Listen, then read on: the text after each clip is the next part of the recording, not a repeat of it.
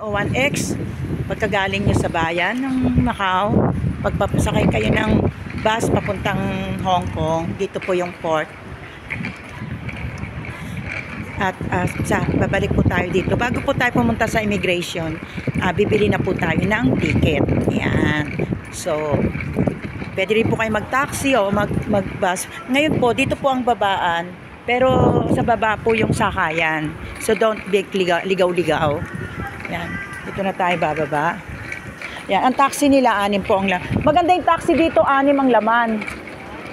6 ang laman. Kaya, yan yung mga dala natin. So, papasok na po tayo sa port. At, bibili na po tayo ng ticket. Ticket muna bago ang ano. So, yan po yung mga turista natin. Marami na shopping.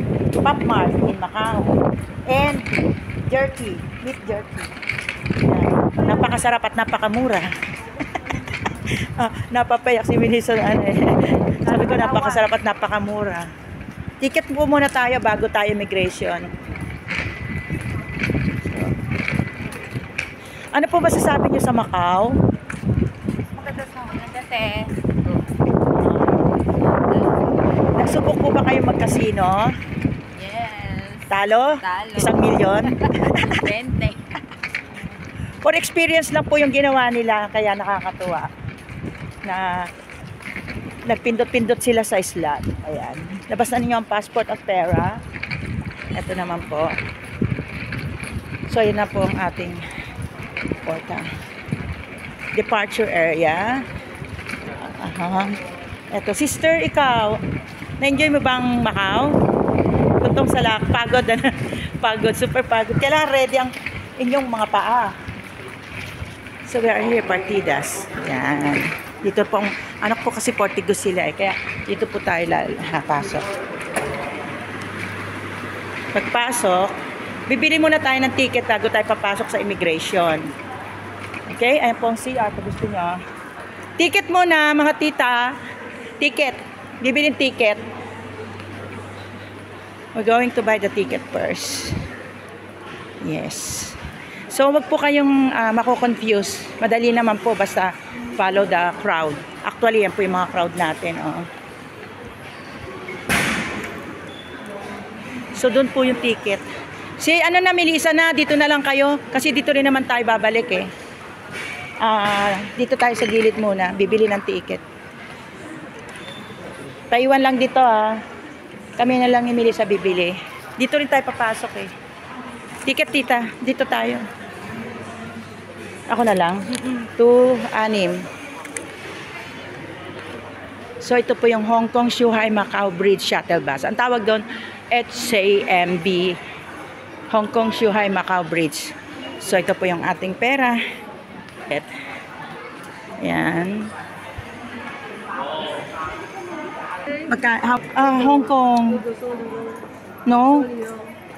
You can use GoTime because if you give them 500 Hong Kong dollar, ang isusukli nila ay Macau money. So better, hindi ko na kailangan ng Macau money. So ayan. GoTime na lang kayo kasi susuklian ng Macau. Okay. Lugi ako pag Macau. Isa-isa lang? Isa-isa. Ano sasabihin mo? Isa-isa na lang kayo. O sige. Ano sasabihin mo? Ganun din, 111. Hindi na lang ikaw mag-isang... ano sasabihin ko, 111? Hindi, ibig sabihin hindi na lang isa ang mag-go-time sa inyo. Isa-isa kayo mag-go-time. Iba-iba. Para hindi na... Mahirap maghatian ng preso. Sige. So, ayan na po sila. Okay. Isa lang papuntang Hong Kong. 65 lang yun eh. Kahit saan na dyan, kahit saan.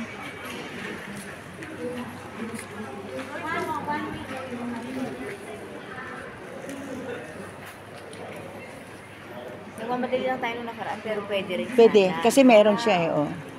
Ito bibigay ko, isusukli ay Macau. Sabi ko, wag na. Yan po.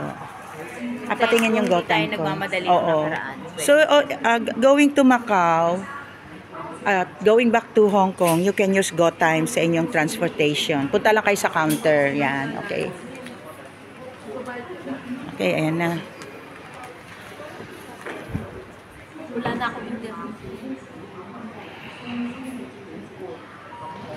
So yan po, ang tawag po natin dyan ay Hong Kong, Zhuhai, Macau Bridge Pass.